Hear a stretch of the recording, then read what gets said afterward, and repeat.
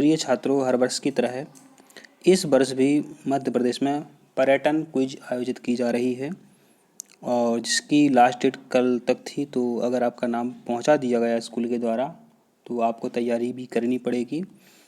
तो अभी तक जितने भी पेपर हुए हैं तो उनसे आइडिया लग जाएगा किस तरीके के क्वेश्चन आपसे पूछे जाते हैं। तो हम आपको बताने वाले हैं आज तक जितने भी क्वेश्चन पेपर हुए हैं तो सभी से आप आइडिया लगा सकते हैं। और कुछ क्वेश्चन रिपीट होते हैं तो इससे आपको परीक्षा में अंक भी मिलेंगे। इसके अलावा जब हमारे वीडियो समाप्त हो जाएंगे तब हम आपको नोट्स भी बताएंगे जो होते हैं नोट्स। ठीक है, तो यहाँ पर देखिए आपसे बच्चों, इन्होंने पहला क्वेश्चन इन्होंने यहाँ क्या पूछा था। यहाँ पर आप देखिए कि इसको हम बड़ा करके आपको दिखाने की कोशिश करते हैं कि भारत का नगर, अपने भारत का एक नगर है बच्चों, मध्य प्रदेश स्थित विश्व के प्राचीन नगरों में से एक है। तो प्राचीन नगरों में से एक है जो अपने मध्य प्रदेश में है। तो बच्चों ऐसा नगर जो है खजुराहो है। कौन सा है? खजुराहो है। ठीक है, तो आपका आंसर क्या करेक्ट हो गया? खजुराहो। आपको खजुराहो लिखना पड़ेगा। तो खजुराहो में बच्चों चंदेल राजाओं ने यहाँ शासन किया था। किन्ने ने शासन किया था? चंदेल राजाओं ने यहाँ शासन किया था। यहाँ खजूर की खेती होती थी। खजुराहो अभी कहाँ पर है, किस ज़िले में है? तो खजुराहो अभी टीकमगढ़ ज़िले में। अपन ने क्या सीखा? टीकमगढ़ ज़िले में है, चंदेल राजाओं ने शासन किया था, खजूर की यहाँ खेती होती थी और खजुराहो में मंदिर बहुत फेमस हैं। और यहाँ पर प्रत्येक वर्ष एक शास्त्रीय नृत्य समारोह का आयोजन किया जाता है। कहाँ पर? खजुराहो में। ठीक है, तो इतने यहाँ पर प्रश्न आपसे पूछेंगे परीक्षा में। अगला प्रश्न है कि मालवा क्षेत्र की गंगा किसे कहा जाता है?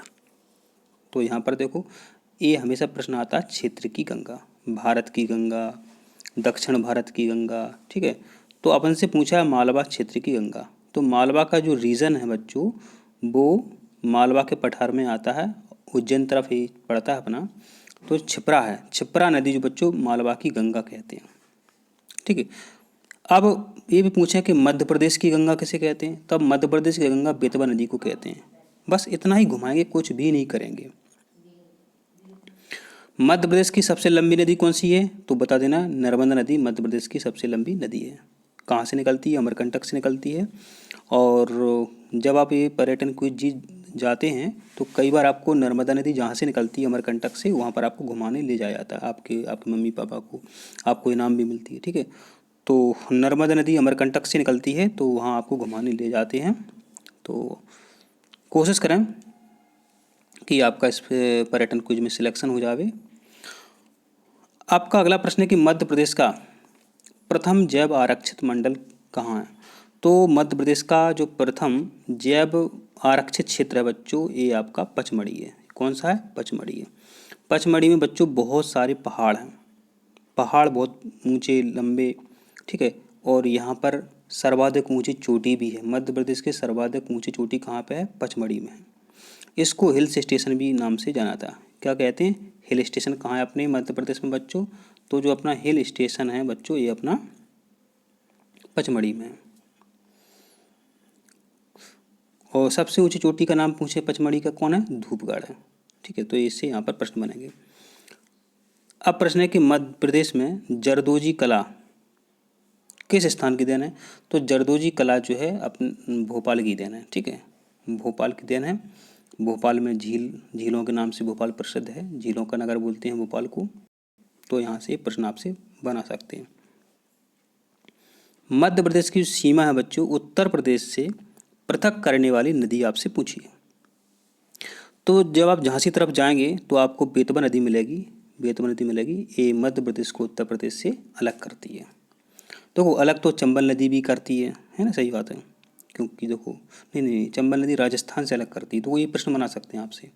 ठीक है, राजस्थान से अलग करती है अपने को चंबल नदी, लेकिन उत्तर प्रदेश से अलग करती है बेतवा नदी।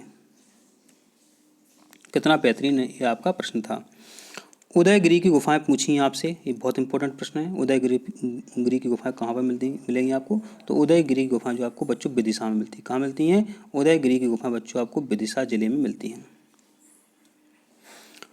गोपांचल किस जिले का प्राचीन नाम है? तो जो गोपांचल है बच्चों, गोपांचल नाम से एक पर्वत भी है, वो किला भी है, पर्वत भी है किला भी है। तो जो गोपांचल पर्वत है उस पर ग्वालियर का किला बना हुआ है। तो देखो गोपांचल तो ग्वालियर, ठीक है। तो गोपांचल जो नाम था, ग्वालियर का प्राचीन नाम था, क्या क्या था? गोपांचल। तो ग्वालियर का जो बच्चों किला बहुत फेमस है, किला बहुत फेमस है। इस किले का नाम क्या है? जिब्राल्टर। इस किले को जो बच्चों जिब्राल्टर के नाम से भी जानते हैं, ग्वालियर के किले को जिब्राल्टर के नाम से भी जानते हैं। राजा मानसिंह तोमर ने यहाँ पर शासन किया था, ग्वालियर जिले में, ग्वालियर के किले पर, ये भी पता होना चाहिए। भीमबेटका की गुफाएं कहाँ हैं? तो आदि मानव के प्रमाण मिले हैं भीमबेटका में। तो भीमबेटका की गुफा बच्चों रायसेन जिले में है। कहाँ पे है भीमबेटका की गुफाएं? ये आपके रायसेन में है, ठीक है। रायसेन जिले में भीमबेटका की गुफाएं। इस पर हमेशा बच्चों प्रश्न बना है, इसलिए हमने आपको बता दिया। आपका अगला प्रश्न है कि बुंदेलखंड में किन राजाओं ने शासन किया था? तो अपन ने अभी शायद पहले या दूसरे प्रश्न में अपन ने समझा था कि प्राचीन नगर का नाम क्या है। तो हमने बताया था कि वो खजुराहो है, और खजुराहो में चंदेल राजाओं ने शासन किया था। पहला राजा नन्नुक था, ठीक है। तो बुंदेलखंड में बच्चों जो है चंदेल राजाओं ने शासन किया था। प्रदेश का एकमात्र पर्वतीय पर्यटक स्थल कौन सा है? यहाँ पर ध्यान देना, पर्वतीय, हिल्स, हिल्स माना पहाड़ी। तो जो पचमढ़ी अपना जो है होशंगाबाद ज़िले में पड़ता है। तो पहली बरसात के बाद यहाँ पर घूमने जाना चाहिए। तो पचमढ़ी एक बहुत अच्छा पर्यटक स्थल है, हजारों हजारों सैलानी यहाँ घूमने जाते हैं, ठीक है। तो अपने प्रदेश का बच्चों एकमात्र पर्वतीय पर्यटक स्थल है अपना पचमढ़ी, ठीक है। कहाँ पड़ता है? होशंगाबाद ज़िले में आपका ये पड़ता है। तो इस तरीके से बच्चों प्रश्न आपसे पूछे जाते हैं। तो हम आपको संपूर्ण पेपर, संपूर्ण जानकारी आपको बताने वाले हैं। तो आपको अगर ये पूरी जानकारी चाहिए तो आपको चैनल को सब्सक्राइब करना पड़ेगा। और जो अगर आपने पुराने पेपर लगा लिए तो देखो उनसे पेपर तो बनते हैं, बस इतना हो सकता है कि थोड़ा घुमा दें। ऐसा घुमा सकते हैं कि राजसेना में कौन सी गुफाएं, तो भीमबेटका की गुफाएं, इतना वो करते हैं, बस पेपर आपको समझना है।